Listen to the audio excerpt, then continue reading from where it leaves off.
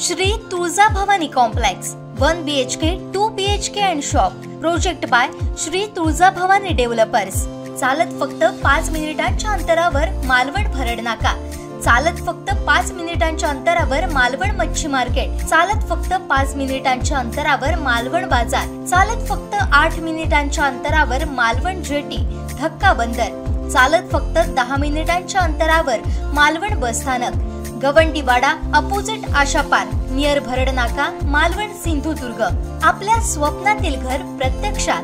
Contact details for booking 9773 71 27 27, 9404 15 53 77, 9969 16 05 16, 9404 44 86 27।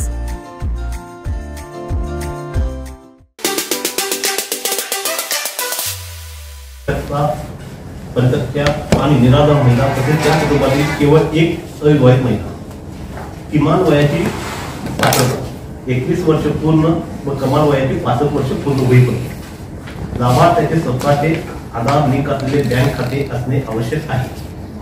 लाभार्थी कुटुंबाचे वार्षिक उत्पन्न रुपये 2,50,000 पेक्षा जास्त असता कामा नये। आता आवश्यक कागदपत्र, सगळ्यात महत्त्वाचा मुद्दा यामध्ये शासनाने एकदम सुटसुटीत योजना केली, सुटसुटीत फॉर्म देखील सुटसुटीत केलेला आहे आणि एकदम सोपं काम आहे। एक आधार कार्ड सर्व पात्र महिलांनी अर्जामध्ये आधार कार्डावरील नाव नमूद करायचं, म्हणजे आधार कार्ड जसं नाव टाईप झालेलं आहे, नाव पत्ता त्याचप्रमाणे नमूद करायचं। 2 आदिवास प्रमाणपत्र, जन्म प्रमाणपत्र, शाळा सोडल्याचा दाखला। आदिवास प्रमाणपत्र उपलब्ध नसेल, सगळ्यात महत्वाचं हे आदिवास प्रमाणपत्र प्रत्येकाने तहसील ऑफिसला जाऊन आदिवास भूमीचा दाखला घ्यावा अपेक्षा नाही। ज्यांच्याकडे पिवळे रेशन कार्ड आहे व केसरी रेशन कार्ड आहे म्हणजे 15 वर्षापेक्षा जास्त पूर्वीचा आहे, अशा पात्र महिला रेशन कार्डाची झेरॉक्स जोडली तरी चालते। रेशन कार्डाची झेरॉक्स म्हणजे पहिला रजिस्ट्रेशन पान असतं, शेवटला कुटुंबाची माहिती असते आणि त्यावर आपल्या वयावरती समजू शकतं। त्यामुळे प्रत्येक वेळी त्यांनी हे जोडायला गरज। जर मतदार ओळखपत्र असेल तर ते जोडायचं आहे, जर त्यांच्याकडे जन्म प्रमाणपत्र असेल तर ते जोडायचं आहे, शाळा सोडण्याचा दाखला असेल तर ते जोडायचं आहे। परंतु आपल्या जिल्ह्यामध्ये रेशन कार्ड सगळीकडे आपण दिलेले नाही, त्यामुळे ती कुठलीही अडचण येणार नाही। आणि या अनुषंगाने जर अजून पात्र महिला काय असतील, जर रेशन कार्ड जरी नसेल ते देखील आम्ही देण्याची व्यवस्था केलेली आहे।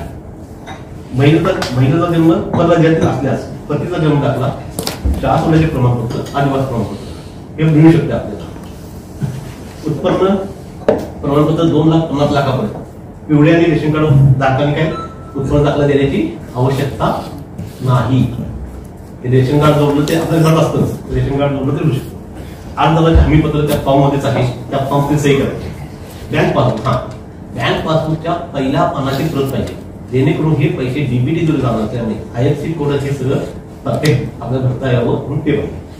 8,000चा फोटो, हे जे ऍप आता आहे नारीदूत ऍप आहे त्यामध्ये फोटो ऑन द स्पॉट घ्यायचा आहे आणि त्या फोटो देखील ऍपची व्यवस्था केलेली आहे। आता ह्यात अपात्र कोण तेही समजा, ज्यांचं उत्पन्न, ज्या कुटुंबाचं वार्षिक उत्पन्न 2,50,000 पेक्षा जास्त आहे ते अपात्र होणार। ज्या कुटुंबातील सदस्य आयकर जात आहे ते अपात्र होणार। या कुटुंबातील सदस्य नियमित कायम कर्मचारी म्हणून सरकारी विभाग, उपक्रम, मंडळ, भारत सरकार, राज्य सरकार किंवा सेवानिवृत्तीनंतर निवृत्ती घेत आहेत, तथापि रुपये 2,50,000 पर्यंत उत्पन्न असलेल्या बाह्य कार्य असलेले कर्मचारी व स्वयंसेवी कामगार आणि कंत्राटी कर्मचारी पात्र ठरतात। सदर लाभार्थी महिलेने शासनाने इतर विभागामार्फत घेण्यात येणारे आर्थिक योजनेचा दरमहा 1,500 किंवा त्यापेक्षा जास्त रकमेचा लाभ देत असेल तर तुम्हाला लोकांना हा प्रश्न येणारच मला की ज्या महिलेला आता आपण संजय गांधी आपल्या संजय गांधी 2 योजना आहेत त्यामध्ये आपण 1,500 रुपये महिलांना देतो। ज्यांना 1,500 पेक्षा जास्त लाभ मिळतो, ऑलरेडी मिळतो 1,500, तर त्या महिला ह्यामध्ये येणार नाही। ज्यांच्याकडे सदस्य विद्यमान माझे खासदार किंवा आमदार आहेत, ज्यांच्या कुटुंबातील सदस्य भारत सरकार, राज्य सरकार, बोर्ड, कॉर्पोरेशन, कुटुंबाचे अध्यक्ष, उपाध्यक्ष, संचालक सदस्य व ज्यांच्याकडे 4 वाहन ट्रॅक्टर होतो त्यांच्या कुटुंबातील सदस्यांचे नाव नोंदवलेलं आहे। ही आहे योजनेचं स्वरूप आहे। आता आपल्या जिल्ह्यामध्ये आपण ह्याच्या बाबतीत माझ्या काल गेले 2-3 दिवसांच्या मीटिंग पण झालेले आहेत. योजनेच्या आधी आम्ही सर्व CDPO, सर्व CDPOची, BDOची, तहसीलदार, तालुक्याचे सर्व अधिकारी असते मीटिंग आम्ही ती रचना अशी आहे त्यामध्ये की अंगणवाडी सेविका, अंगणवाडी परिवेशिका म्हणजे ग्रामसेवक, तलाठी सर्व काम होत आहे. यामध्ये आता आपण जिल्ह्यामध्ये आपल्या फॉर्मची अवेलेबिलिटी मोठ्या प्रमाणात आहे. आता आम्ही ऑनलाईन मध्ये फॉर्म भरत असताना ऑनलाईन मध्ये फॉर्म भरत असताना आपण प्रत्येक ग्रामपंचायत स्तरावर एक सुविधा केंद्र केलेलं आहे आणि आमच्या अंगणवाडी सेविका त्यांच्या जो एरिया दिलेला आहे त्या ठिकाणी जाऊन घरोघरी बसून ते फॉर्म भरून घेत आहे आणि त्या तो फॉर्म भरून घेत आहे. आणि तिथे कुठली अडचण आली तर अडचण असं आम्हाला कुठली आलेली नाही, पण फॉर्म भरण्यात आले. माझ्या सर्वांना विनंती झाली केंद्र ह्या योजनेचा जिल्ह्यातील जास्तीत जास्त महिलांना लाभ व्हावा प्रचार करतो.